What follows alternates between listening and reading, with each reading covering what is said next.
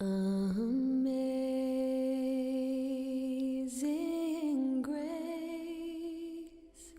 how sweet the sound that saved a wretch like me.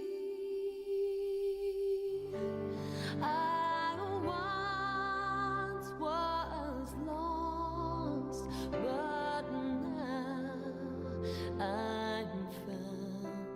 Was blind, but now I see.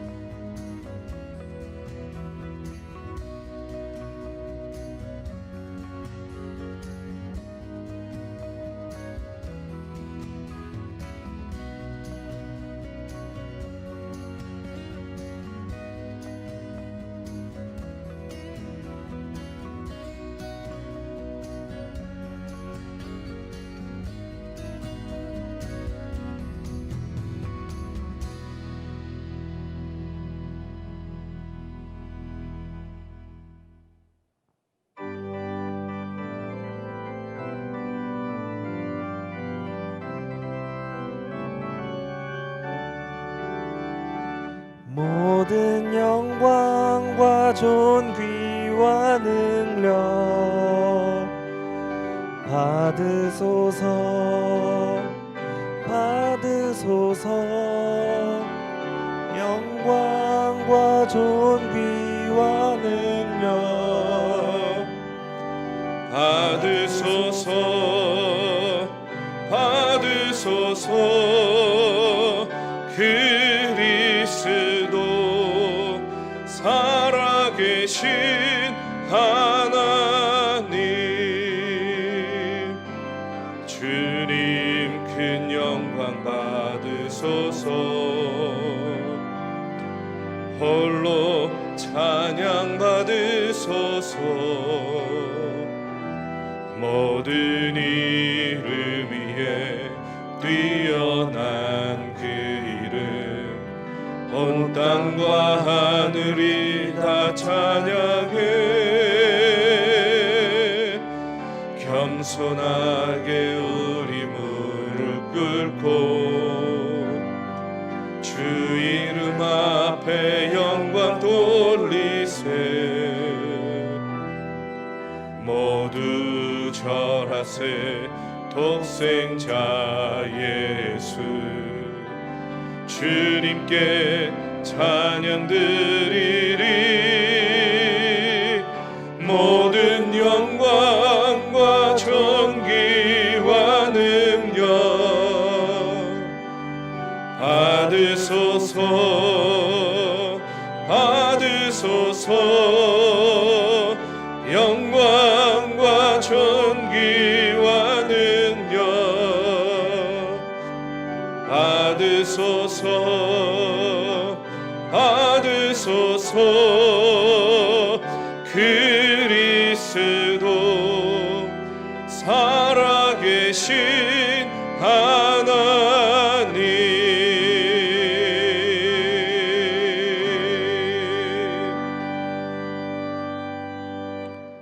할렐루야. 오늘도 주의 전에서 또 각자의 처소에서 예배하는 우리 중앙의 성도님들의 예배를 하나님께서 기뻐 받아주실 줄로 믿습니다. 성령 강림절 15번째 주일 예배로 드립니다. 우리가 이제 온라인으로만 예배를 드리다가 다시 성전의 예배를 조심스럽게 시작을 합니다. 여러분, 우리의 예배의 자리가 어떠하든지 우리 하나님께서는 두세 사람이 모인 곳에 성령께서 함께 하신다 말씀해 주셨습니다. 오늘 우리의 예배의 자리가 주의 성전이든 또 가정이든 삶의 어떤 자리든 오늘 우리의 예배를 하나님께서 기뻐 받아주시고 흠양하시고 이 예배를 통해서 세상에서는 얻을 수 없는 위로와 평안과 새 힘을 더하여 주실 줄로 믿습니다. 온전히 하나님께만 집중하는 그런 예배자들 되시기를 주님의 이름으로 축원합니다. 기도하겠습니다. 하나님 감사합니다. 오늘도 주의 전에서 또 각자의 처소에서 예배하는 우리 성도님들의 예배를 하나님 기뻐 받아 주시옵소서. 하나님 아버지, 우리의 일상이 회복되게 하시고 마음껏 주의 전에 모여 신령과 진정으로 예배하며 하나님과 교제하고 또 주의 성도들과 교제하며 아버지 하나님이여 참으로 세상에서는 얻을 수 없는 위로와 평안과 새 힘을 얻게 주여 인도하여 주시옵소서. 오늘도 하늘의 문을 활짝 열어주시고 우리의 예배를 기뻐 받아주시고 주의 성령께서 임재하여 주시어서 예배하는 우리의 마음과 심령이 뜨거워지고 새롭게 변화되는 귀하고 복된 예배 될 줄로 믿사오며 예수 그리스도의 이름으로 기도합니다. 아멘.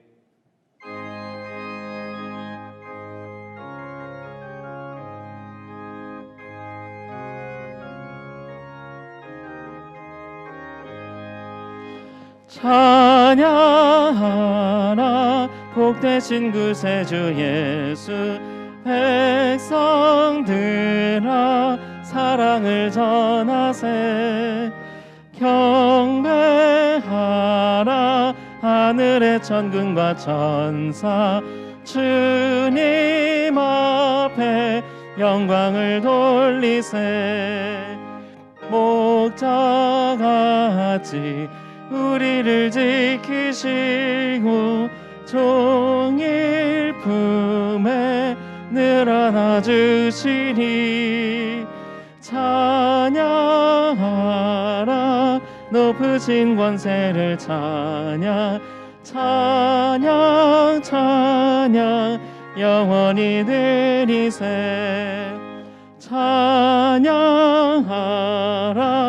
복되신 구세주 예수 우리 대신 죽임을 당했네 구주 예수 영원한 구원의 소망 경배하며 겸손히 절하세 찬양하라 우리 죄 지신 예수 그의 사랑 한없이 크셔라 찬양하라 높으신 권세를 찬양 찬양 찬양 영원히 드리세 찬양하라 복되신 구세주 예수 천사들아 즐겁게 찬양해 구주 예수 영원히 다스리시니 멸류관을 주 앞에 드리세 구주 예수 세상을 이기시고 영광 중에 또다시 오시리 찬양하라 높으신 권세를 찬양 찬양 찬양 영원히 드리세 아멘. 내가 산을 향하여 눈을 들리라 나의 도움이 어디서 올까 나의 도움은 천지를 지으신 여호와에게서로다. 여호와께서 너를 실족하지 아니하게 하시며 너를 지키시는 이가 졸지 아니하시리로다. 이스라엘을 지키시는 이는 졸지도 아니하시고 주무시지도 아니하시리로다. 여호와는 너를 지키시는 이시라. 여호와께서 내 오른쪽에서 내 그늘이 되시나니 낮에 해가 너를 상하게 하지 아니하며 밤에 달도 너를 해치지 아니하리로다. 여호와께서 너를 지켜 모든 환난을 면하게 하시며 또 내 영혼을 지키시리로다. 여호와께서 너의 출입을 지금부터 영원까지 지키시리로다. 아멘. 아멘. 성부 성자와 성령 찬송과 영광 돌려 보내세.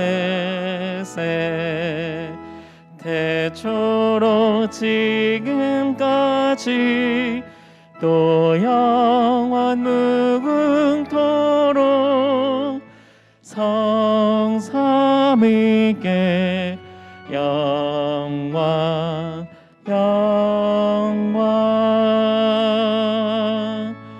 아멘.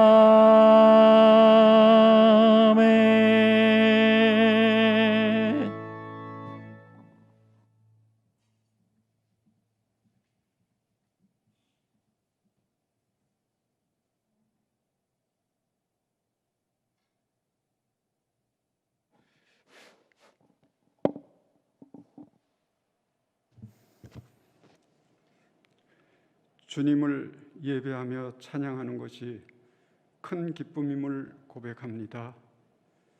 이 시간 우리 모두 마음을 모아 기뻐 찬양하며 나아가오니 들어지는 예배에 임재하셔서 존귀와 영광 홀로 받으시옵소서. 코로나19로 인해 출구를 가늠할 수 없는 지속되는 날들 가운데서도 성도의 삶을 지켜주신 하나님 아버지, 비록 이전과 같은 상황에서 함께 예배드릴 수는 없지만 그럼에도 불구하고 현장 예배와 함께 각자의 처소에서 예배의 자리에 있게 하시니 더욱 감사드립니다. 이 어두운 시대 상황에 오히려 우리 믿음이 더욱 빛을 발하게 하시고 부패한 사회의 소금의 사명을 잘 감당하게 하옵소서. 우리 연약함을 잘 아시는 하나님 아버지, 지난 한 주간 하나님 앞에 살아온 우리 연약한 삶을 고백합니다. 기도보다 성령님보다 앞서지 않아야 하는데 염려하고 걱정하며 내 뜻대로 살아온 어리석은 허물을 용서하여 주시옵소서. 또한 하나님을 삶의 우선순위에 두지 못하고 살았으며 이웃의 고통에 무관심했던 죄를 고백하오니 이 또한 용서하여 주시옵소서. 풍랑을 만난 제자들에게 안심하라, 두려워 말라 하고 말씀하신 하나님 아버지, 성령님께서 우리 삶에 임재하시고 위로하여 주셔서 결코 우리가 혼자가 아님을 알게 하여 주시옵소서. 가정과 기업과 일터에서 항상 주의 말씀을 가까이 하게 하시고 보는 눈과 듣는 귀와 깨닫는 마음을 주시옵소서. 그리하여 말의 권세가 있는 성도, 감사가 생활하던 성도가 되며 모든 순간마다 은혜 받고 사는 삶이 되게 하여 주시옵소서. 구원의 방주로서 이곳에 중앙교회를 세우신 하나님 아버지, 기쁨이요 소망 되신 예수 그리스도를 의지하여 사랑과 감사와 자유함이 가득한 공동체가 되게 하여 주시옵소서. 길 잃은 영혼들을 구원하기에 부족함이 없는 교회 되게 하시고 중앙의 모든 성도님들 강하고 이로운 주님이 붙으사 그리스도의 장성한 믿음의 분량까지 성장하도록 인도하여 주시옵소서. 또한 담임 목사님을 비롯한 모든 재직들이 주님 사역에 협력하여 선을 이루는 복된 삶이 되게 하여 주시고 중앙공동체에 속한 다음 세대의 마음속에 하나님을 깊이 심어주며 늘 항상 감사와 기쁨이 샘솟는 큰 은혜를 더하여 주시옵소서. 오늘도 단 위에 세우신 우리 이영로 담임 목사님을 강한 팔로 붙드셔서 우리 모두가 말씀에 변화되는 새로운 역사가 일어나게 하시고 무엇보다도 주님의 굳건한 믿음과 기쁜 사랑이 저희 안에 가슴 깊이 전하여질 수 있도록 성령께서 친히 치유와 회복의 역사가 있게 하여 주시옵소서. 오늘도 이 예배를 돕는 이름도 없이 빛도 없이 이 예배를 돕는 손길들을 위로하시고 그들의 부족함을 넘치도록 채워 주시옵소서. 이 시간 온전한 마음으로 하나님 앞에 나아가오니 우리 예배를 기쁘게 받아 주시옵소서. 이 모든 말씀 우리 구주 예수 그리스도의 이름으로 기도드렸습니다. 아멘. 하늘에 계신 우리 아버지여, 이름이 거룩히 여김을 받으시오며 나라가 임하시오며 뜻이 하늘에서 이루어진 것 같이 땅에서도 이루어지이다. 오늘 우리에게 일용할 양식을 주시옵고 우리가 우리에게 죄 지은 자를 사하여 준 것 같이 우리 죄를 사하여 주시옵고 우리를 시험에 들게 하지 마시옵고 다만 악에서 구하시옵소서. 나라와 권세와 영광이 아버지께 영원히 있사옵나이다. 아멘.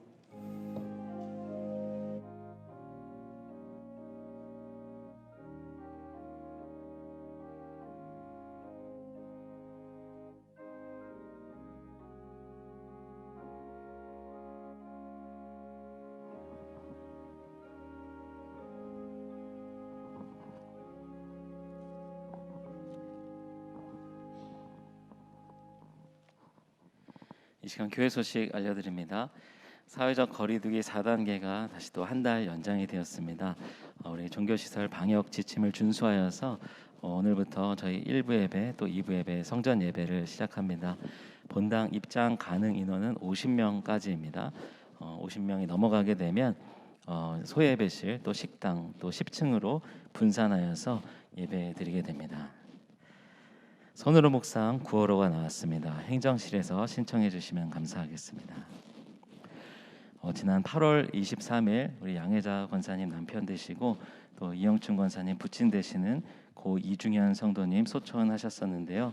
장례를 은혜 가운데 잘 마치고 이 시간 오늘 예배에 유가족분들 참석해 주셨습니다. 잠깐 자리에서 일어나 주시면 우리 오른손을 들어서 우리 성전에 함께 하시는 성도님들은 조의를 표시해 주시면 감사하겠습니다. 잠깐 자리에서 일어나 주시면 감사하겠습니다. 네. 하나님의 크신 위로가 있기를 기도하겠습니다. 네, 감사합니다. 네, 앉아주셔도 됩니다. 관광고등학교 소식 알려드립니다. 9월 6일 내일 월요일부터 전교생 전면 등교가 시작됩니다. 안전하게 잘 학기가 진행될 수 있도록 기도해 주시면 감사하겠습니다. 이 시간 정성껏 준비하신 예물 하나님께 올려드리겠습니다.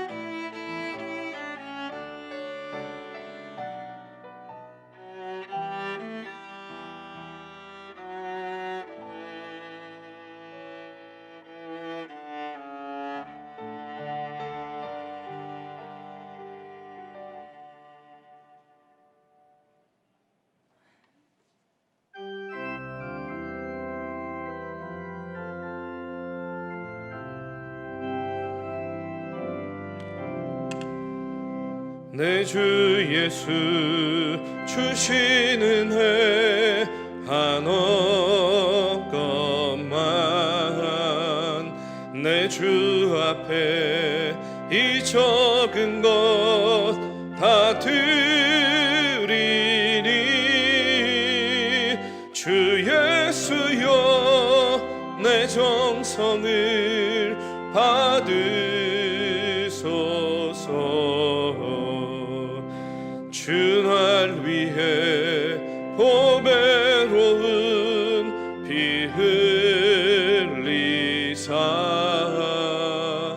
그 귀하신 생명까지 다 주시니 내 천한 몸 이 생명을 왜 아끼랴.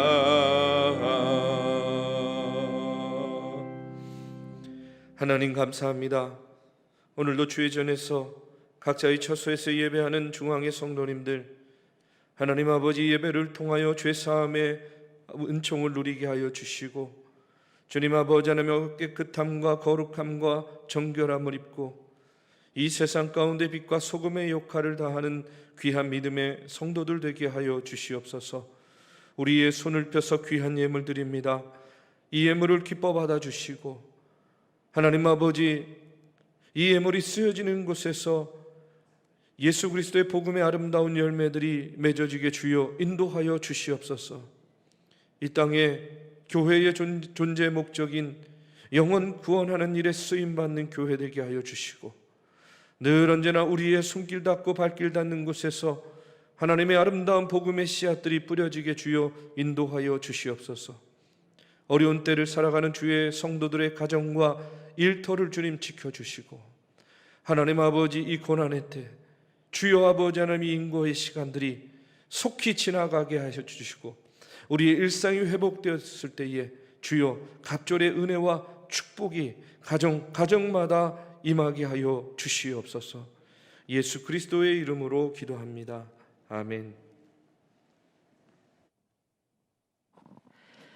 오늘 우리에게 주시는 하나님의 말씀은 로마서 3장 19절에서 31절까지 말씀입니다. 한 절씩 교독하겠습니다. 우리가 알거니와 무릇 율법이 말하는 바는 율법 아래에 있는 자들에게 말하는 것이니 이는 모든 입을 막고 온 세상으로 하나님의 심판 아래에 있게 하려 함이라. 그러므로 율법의 행위로 그의 앞에 의롭다 하심을 얻을 육체가 없나니 율법으로는 죄를 깨달음이니라. 이제는 율법 외에 하나님의 한 의가 나타났으니 율법과 선지자들에게 증거를 받은 것이라. 곧 예수 그리스도를 믿음으로 말미암아 모든 믿는 자에게 미치는 하나님의 의니 차별이 없느니라. 모든 사람이 죄를 범하였음에 하나님의 영광에 이르지 못하더니 그리스도 예수 안에 있는 속량으로 말미암아 하나님의 은혜로 값없이 의롭다 하심을 얻은 자 되었느니라.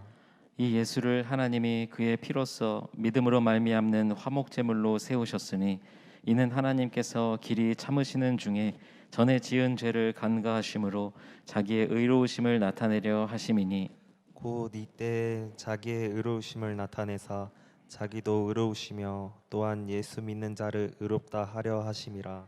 그런즉 자랑할 때가 어디냐 있을 수가 없느니라.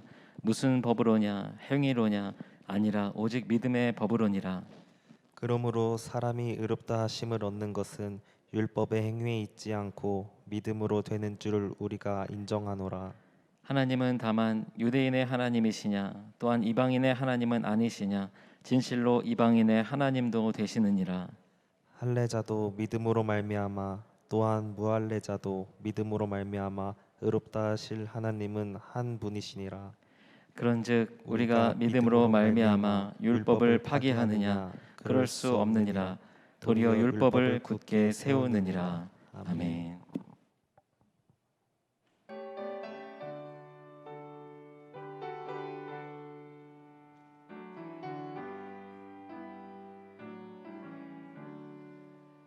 예수를 나의 구주 삼고 성령과 피로써 거듭나니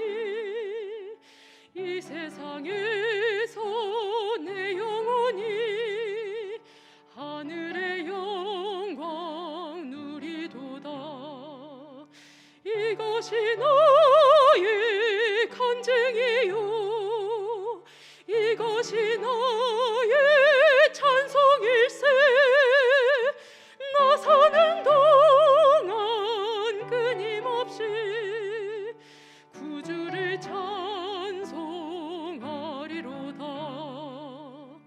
온전히 주께 맡긴 내 영 사랑의 음성을 듣는 중에 천사들 왕래하는 것과 하늘의 영광 누리도다 이것이 나의 간증이요 이것이 나의 찬송일세 나 사는 동안 끊임없이 구주를 찬송하리로다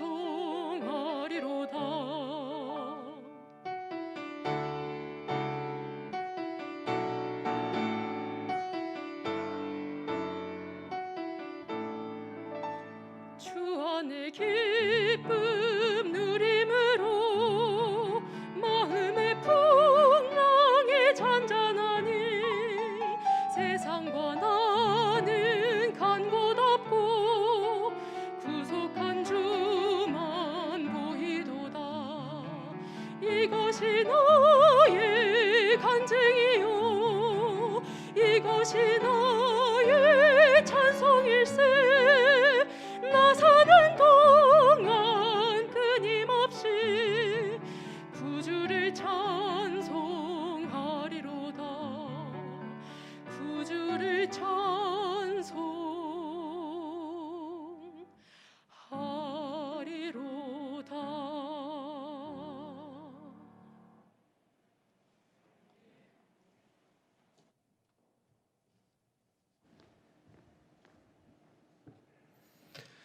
할렐루야. 여러분의 얼굴을 보는 것이 하나님의 얼굴을 보는 것 같습니다.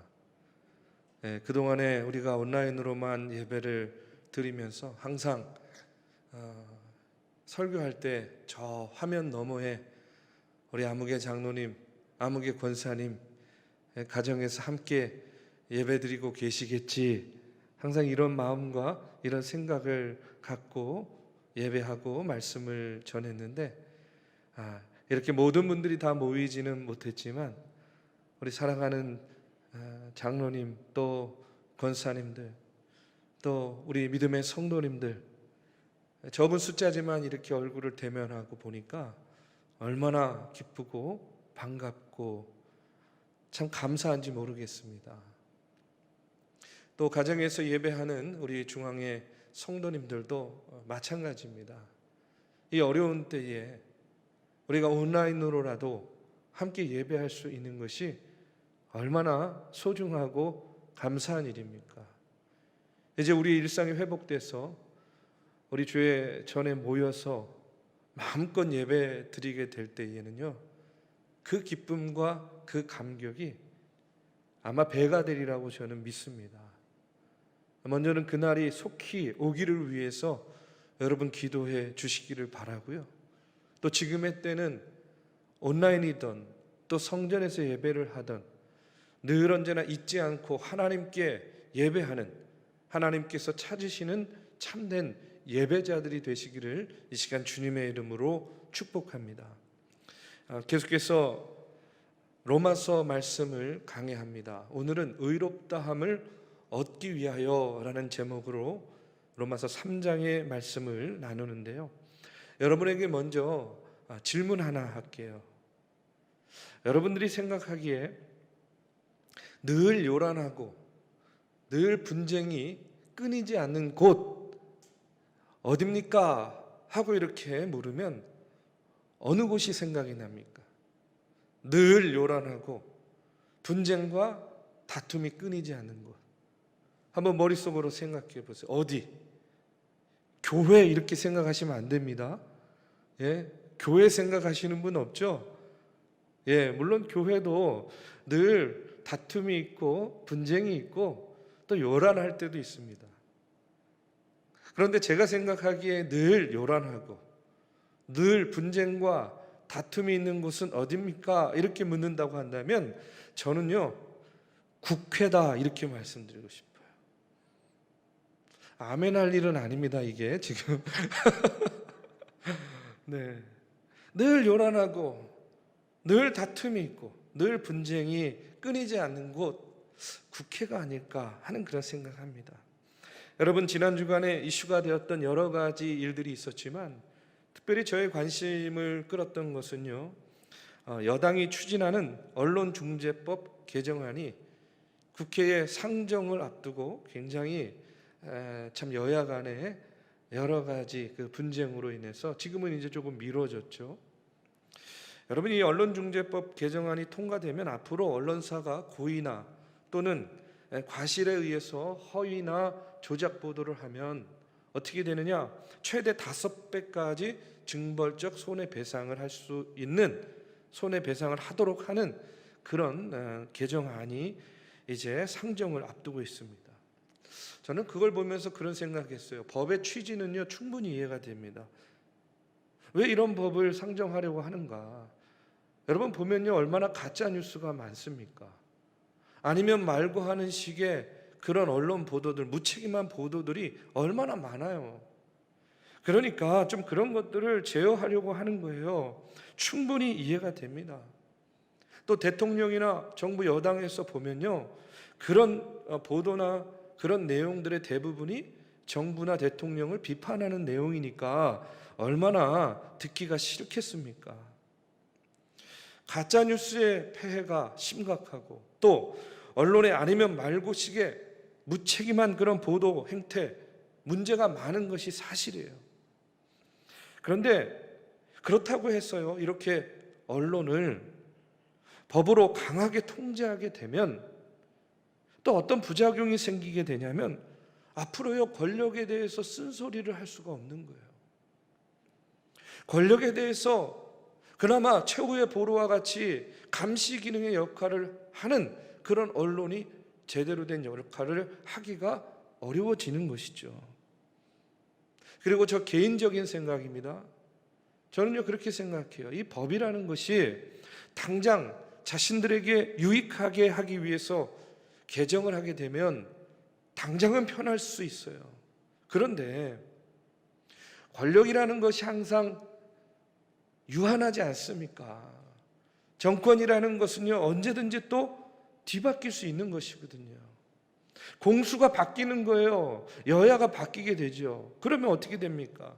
본인들이 만든 법이 오히려 본인들의 입에 재갈을 물리는 그런 법으로 부메랑이 되어서 돌아올 수도 있다는 겁니다. 그런데 저는요, 오늘 이 언론중재법을 얘기하려고 하는 건 아니고요, 이 언론중재법에 온통 관심이 모아져 있는 동안에 여러분, 순식간에 통과된 법이 있어요. 그 법이 뭐냐면 우리 교회하고도 연관이 있습니다. 어떤 법이냐면 사립학교법 개정안입니다. 우리가 서울관광고등학교를 운영하고 있잖아요. 저희하고 이제 직접적으로 관련이 되는 사립학교법 개정안이 통과가 됐어요. 여러분, 이 사학의 교원, 채용, 비리 이런 것들을 근절하기 위해서 이제 교육청이 나서서 사학의 교원 선발권을 빼앗아 가겠다는 겁니다. 아니, 대신하겠다는 거죠. 쉽게 말해서 사립학교 교사 역시 공립학교처럼 이제 자신들이 뽑아서 보내겠다는 그런 이야기예요. 저도요, 이제 중학교에 담임 목사로 부임하면서 관광고등학교 이사장으로서 학교 운영에 대해서 이렇게 알게 되었습니다. 그전에는 전혀 몰랐어요. 그런데 지금 우리나라는요, 사학이요 말이 사학이지 사실은요, 사학으로서의 존재감이 별로 없어요. 왜 그러냐면 학교 운영의 100%를 이미 정부와 교육청에서 운영을 하고 있습니다.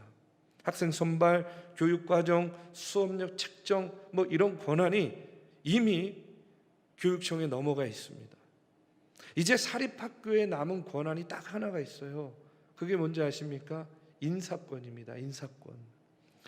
이 인사권 하나가 학교의 고유의 권한으로 남아 있는데, 이 사립학교법 개정안이 이 권한마저 정부가, 교육청이 이제 가져가겠다는 겁니다.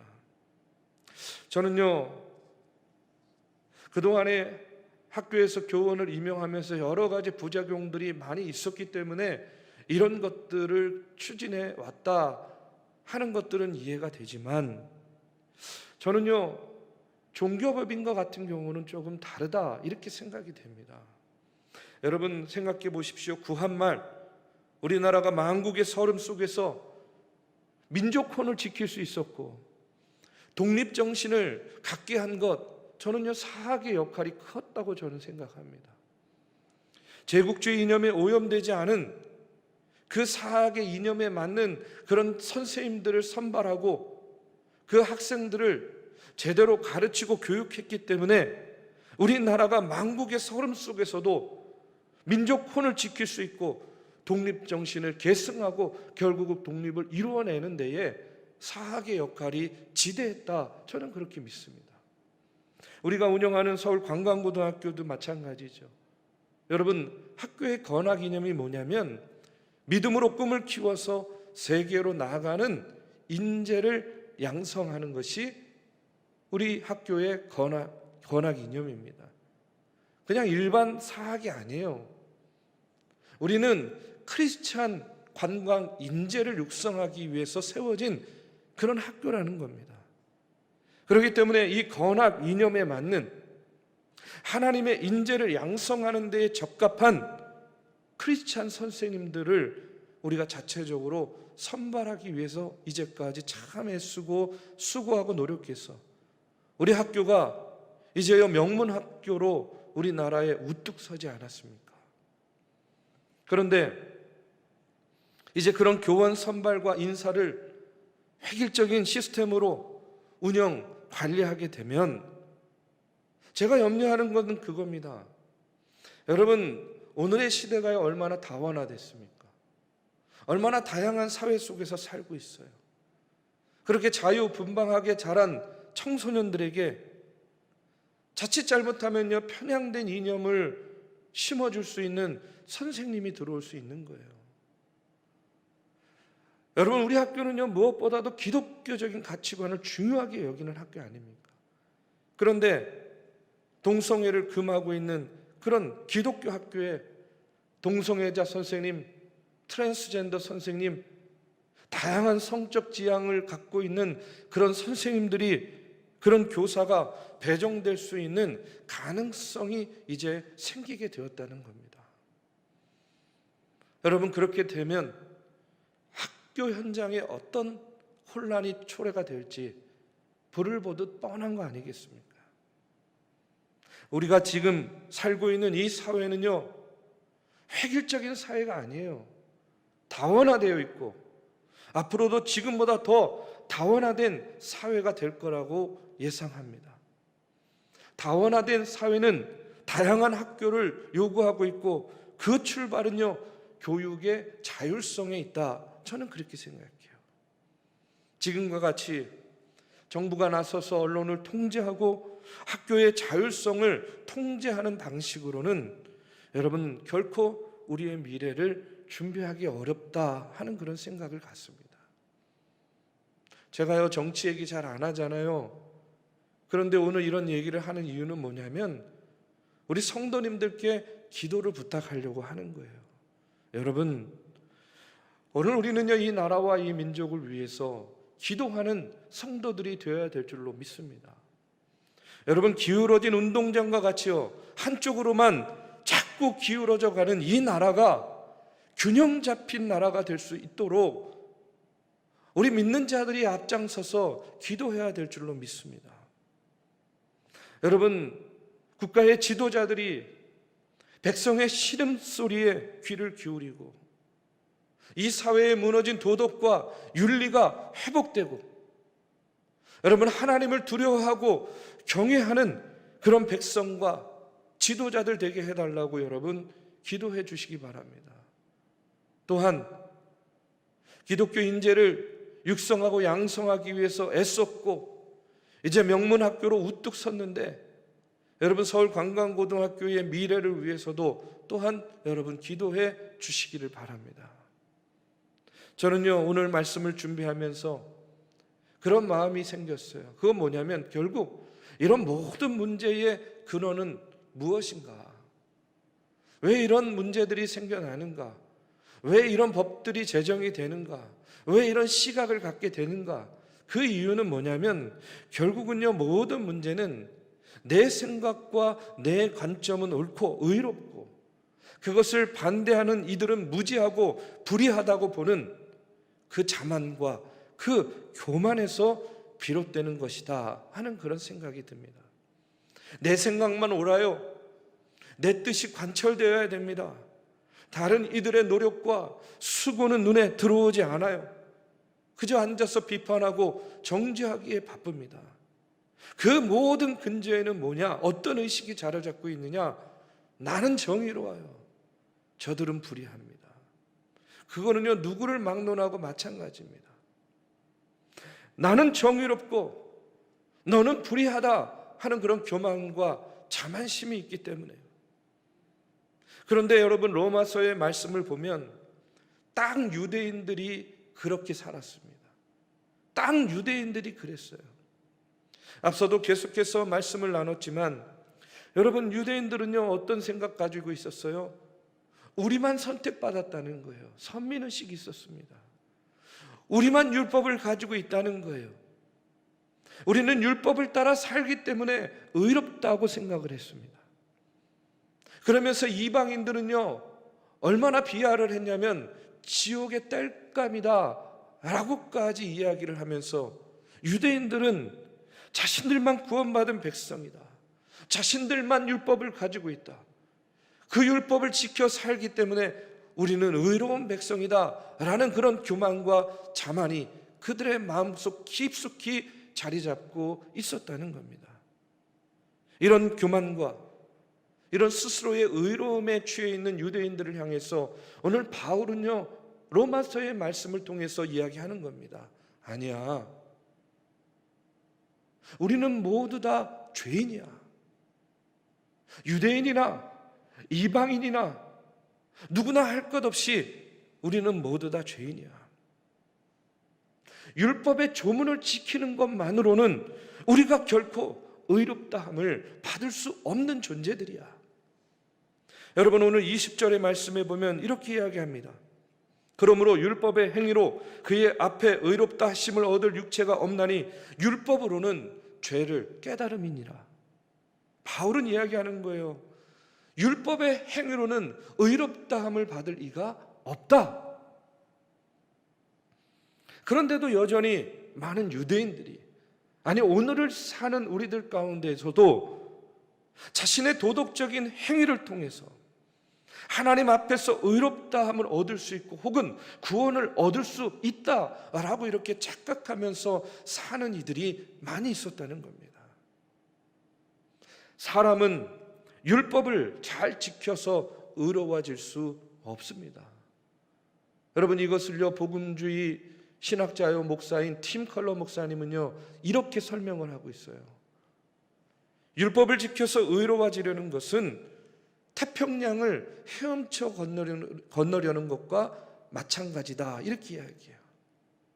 율법으로 의로워지려고 하는 것은 태평양을 헤엄쳐 건너려는 것과 마찬가지라는 거예요. 그러면서 이렇게 설명합니다. 세 부류의 사람이 있습니다. 한 사람은요 수영을 전혀 못하는 사람, 한 사람은요 수영을 제법 하는 사람, 한 사람은요 수영 국가대표입니다. 이 세 사람을요 태평양에 떨어뜨려 놨어요. 첫 번째 수영을 전혀 못하는 사람, 당연히 금방 물에 빠져 익사를 하죠. 두 번째 수영을 조금 하는 사람, 제법 헤엄쳐서 앞으로 나아가는 것 같지만 조금 지나면 역시 익사를 하는 거예요. 자, 수영 국가대표 4.8km 지점까지 힘차게 수영을 해서 갑니다. 지치기 시작해요. 6.4km 지점에 이르니까 힘이 소진됩니다. 그리고 8km 지점에 이르러서는요 물에 빠져서 익사하게 됐다는 거예요. 수영 실력은 다르지만 결국에는요, 수영을 해가지고 태평양을 건널 수 없다라는 점은요, 누구에게나 동일하다는 거예요. 수영을 잘하든 수영을 조금 하든, 아니 수영 국가대표든 누구도 태평양을 수영으로 건널 수는 없다라는 겁니다. 이것이 바로 율법을 지켜서 의로워질 수 없다 하는 것의 의미예요. 여러분 이해가 되시죠? 그럼 율법이 왜 필요합니까? 여러분, 율법을 지켜도 의로워질 수 없고 여전히 죄인된 삶을 살게 된다면 도대체 율법이 왜 필요하고 율법을 지킬 이유가 무엇이 있겠어요? 그런데 율법에도 기능이 있습니다. 율법이 필요한 이유가 있어요. 그것은 뭐냐면 첫 번째로 율법을 통해서 뭘 알게 되냐면 율법을 통해서 우리는요, 우리의 죄를 깨닫게 되는 거예요. 오늘 사도 바울은 20절 말씀 후반부에 보면 이렇게 이야기합니다. 율법으로는 죄를 깨달음이니라. 율법은요, 우리로 하여금 무엇이 죄고 무엇이 죄가 아닌지를 깨닫게 하는 그런 역할을 하는 겁니다. 성경이 끊임없이 우리에게 이야기하는 게 뭐예요? 이것은 해도 되고 이것은 하면 안 된다 하는 것을 우리에게 가르쳐주고 있습니다.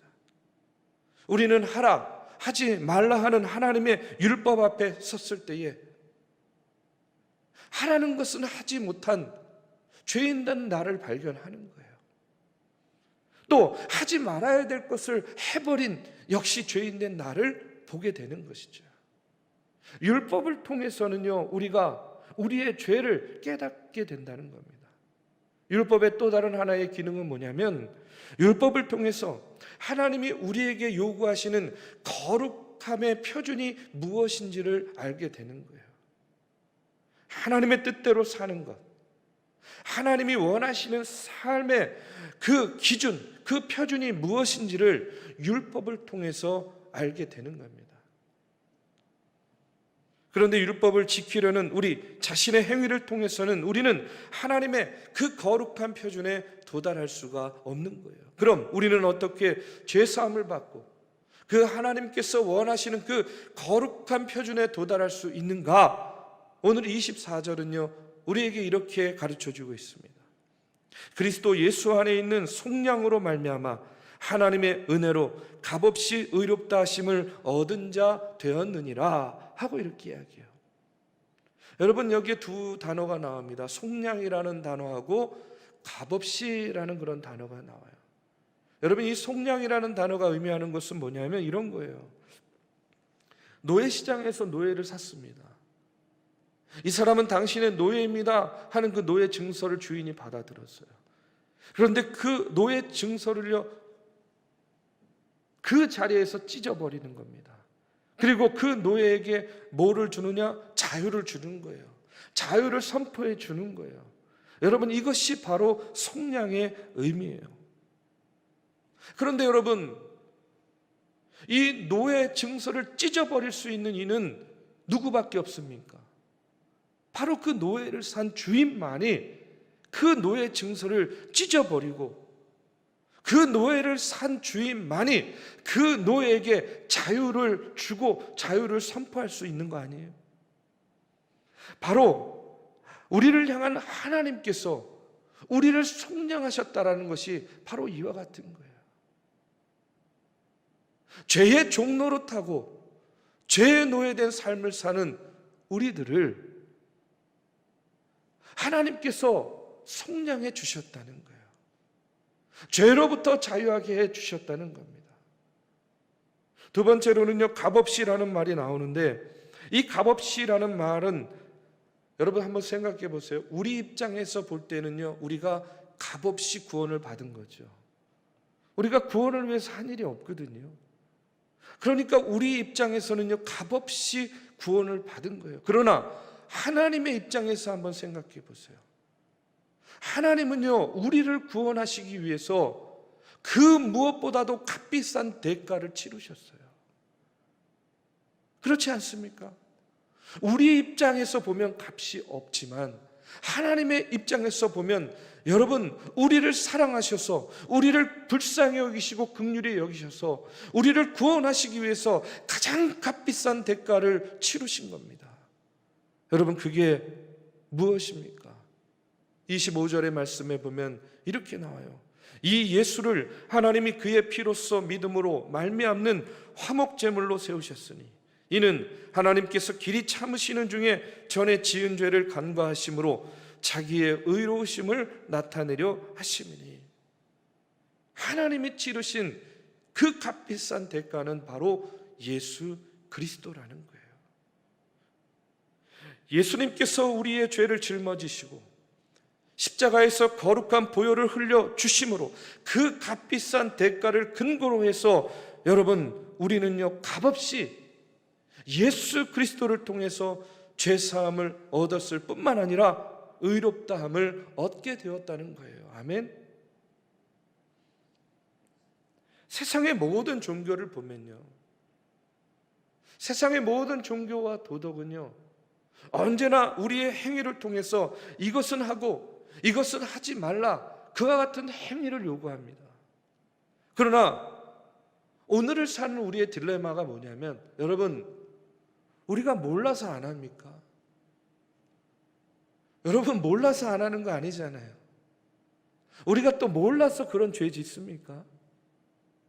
우리는요, 뭐는 하면 되고 뭐는 하면 안 되는지를 우리는 이미 다 알고 있어요.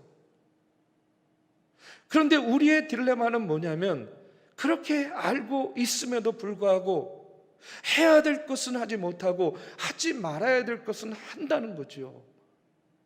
몰라서 하고 몰라서 안 하는 게 결코 아니라는 거예요. 이게 오늘을 사는 오늘 우리의 딜레마 아닙니까? 그런데 이와 같은 죄를 예수님께서 짊어지시고 십자가에서 보혈의 그 피를 흘려주심으로 말미암아 우리가 우리의 행위가 아니라 값없이 죄사함을 받을 수가 있게 되었다는 겁니다.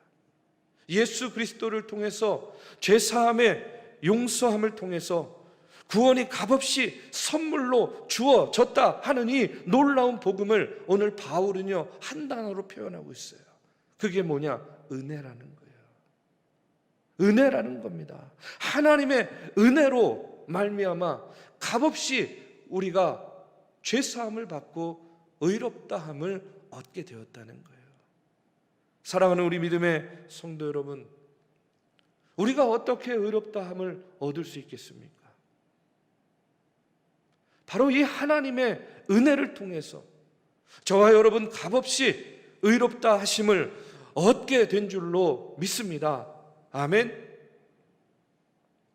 결론적으로 말씀드리면, 우리는 오직 예수 그리스도를 믿는 믿음으로 죄사함을 받고, 우리는 예수 그리스도를 믿는 믿음으로 의롭다함을 얻게 된다는 거예요. 오늘의 말씀은 계속해서 이 사실을 우리에게 알려주고 있습니다. 22절의 말씀에도 보면 곧 예수 그리스도를 믿음으로 말미암아 모든 믿는 자에게 미치는 하나님의 의인이 차별이 없느니라. 26절도 곧 이때에 자기의 의로우심을 나타내사 자기도 의로우시며 또한 예수 믿는 자를 의롭다 하려 하심이라. 28절의 말씀에도 보면 그러므로 사람이 의롭다 하심을 얻는 것은 율법의 행위에 있지 않고 믿음으로 되는 줄 우리가 인정하노라. 아멘. 하나님의 은혜를 통해서 예수 그리스도를 오직 믿음으로 말미암아 우리가 주 앞에 의롭다함을 얻을 수가 있게 되는 이 놀라운 사실이 오늘 우리에게 가능하게 됐다는 겁니다. 사랑하는 우리 믿음의 성도 여러분, 여러분 모두 예수 믿으시죠? 여러분 모두 예수님 믿으시는 줄로 믿습니다. 아멘.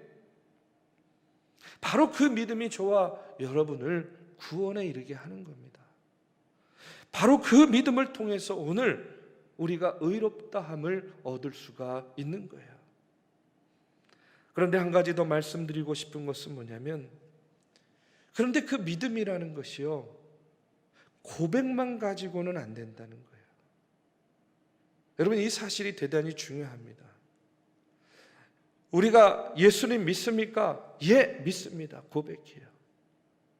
그런데 때로는 이 고백이요, 값싼 고백이 될 때가 있어요. 그렇기 때문에 이 믿음이라는 것이 고백에만 머물러서는 안 되는 거예요. 진짜 예수님을 믿게 되면 그 증거가 어떻게 나타나냐면 삶의 변화로 이어지게 되는 겁니다. 내 삶의 변화가 없는 믿음의 고백은요, 머리로만 이해한 고백인 거예요. 교리적으로만 믿는 믿음이라는 그런 이야기입니다. 여러분, 우리가 성경 말씀을 통해서 오해하지 말아야 될 것이 바로 이거예요.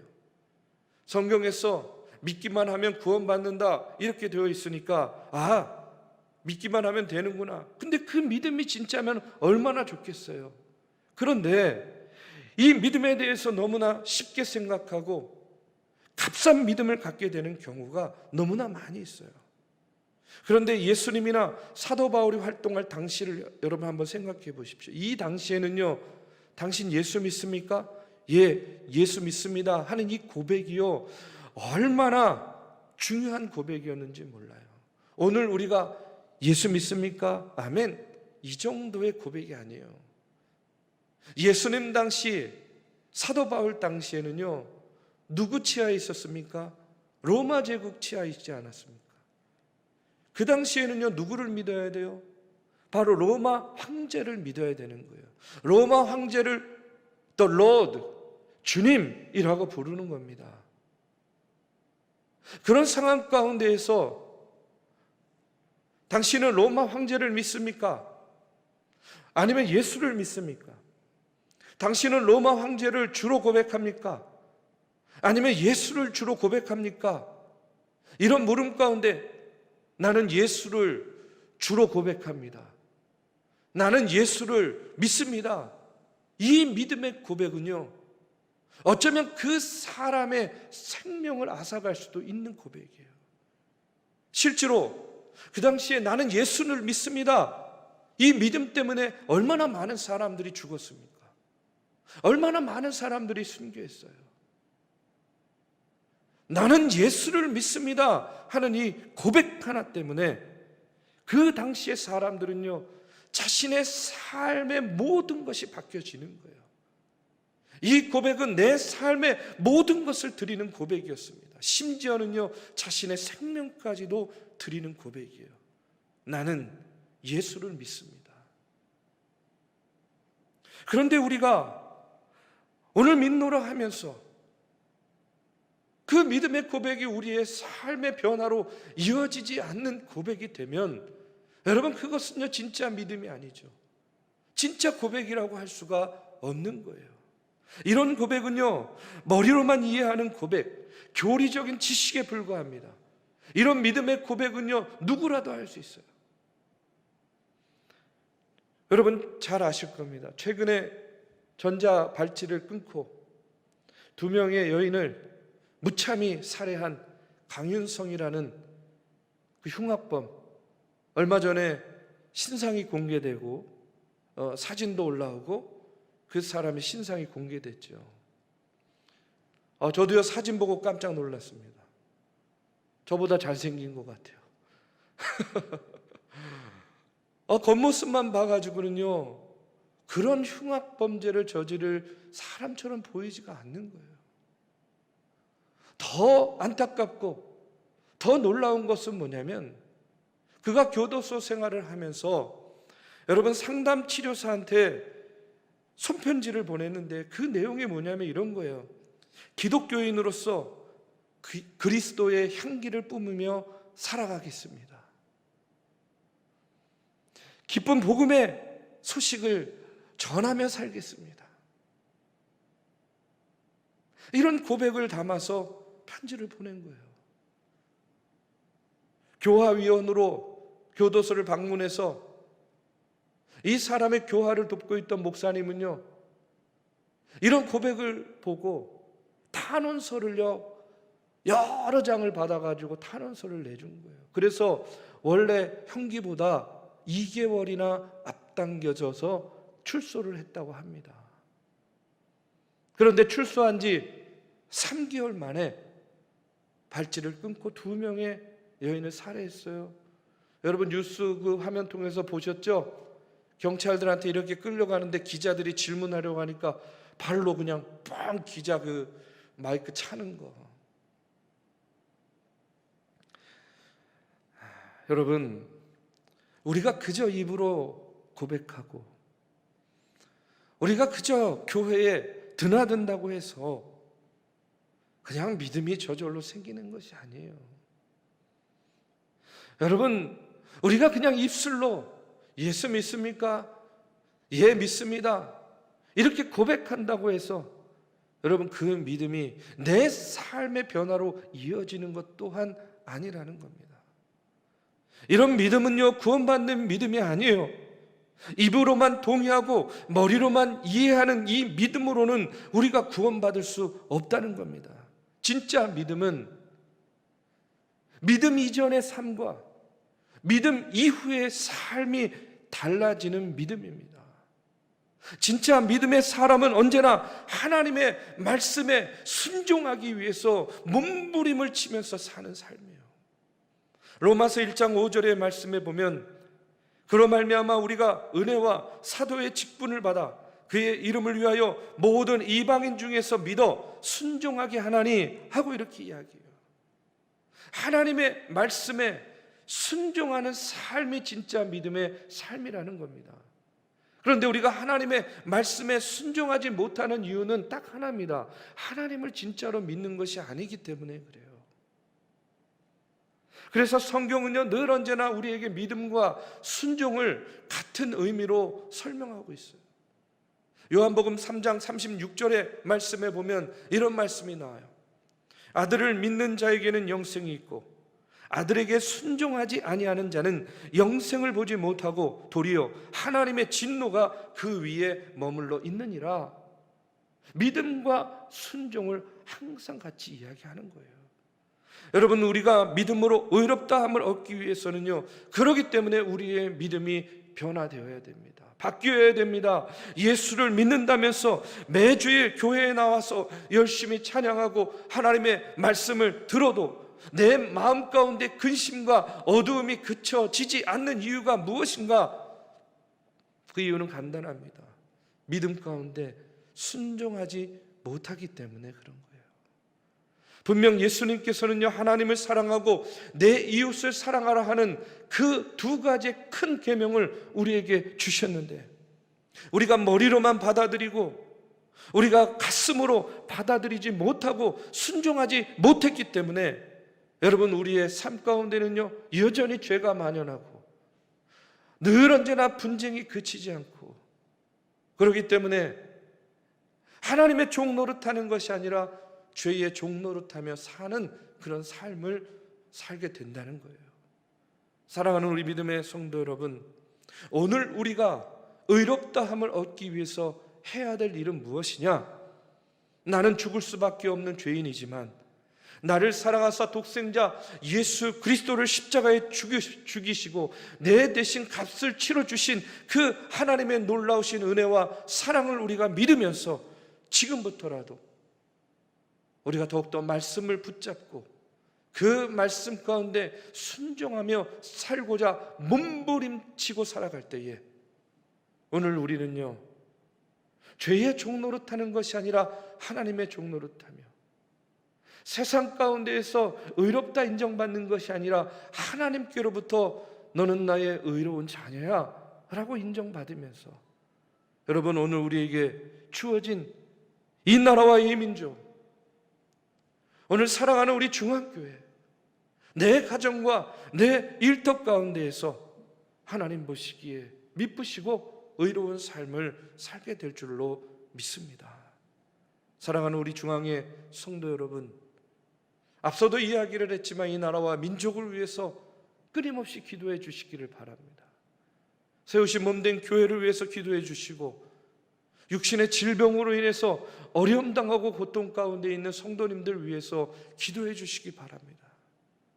무엇보다 마음이 병이 들어서 내 마음으로는 하나님의 뜻대로 살고 하나님의 말씀에 순종하고 의로운 삶을 살기를 원하지만 내 삶의 모습으로는 여전히 죄의 종노릇하며 살고 있는 우리의 마음과 우리의 심령이 변화되게 하여 주시옵소서. 여러분 기도하시기를 주님의 이름으로 축복합니다. 그럴 때 저와 여러분의 삶이 하나님 보시기에 미쁘신 삶이 되고 우리 중앙교회가 더욱더 하나님 보시기에 미쁘신 교회가 되고 사명 감당하는 교회 될 줄로 믿습니다. 우리 자리에서 일어나셔서 함께 찬송하고 기도하겠습니다. 289장입니다.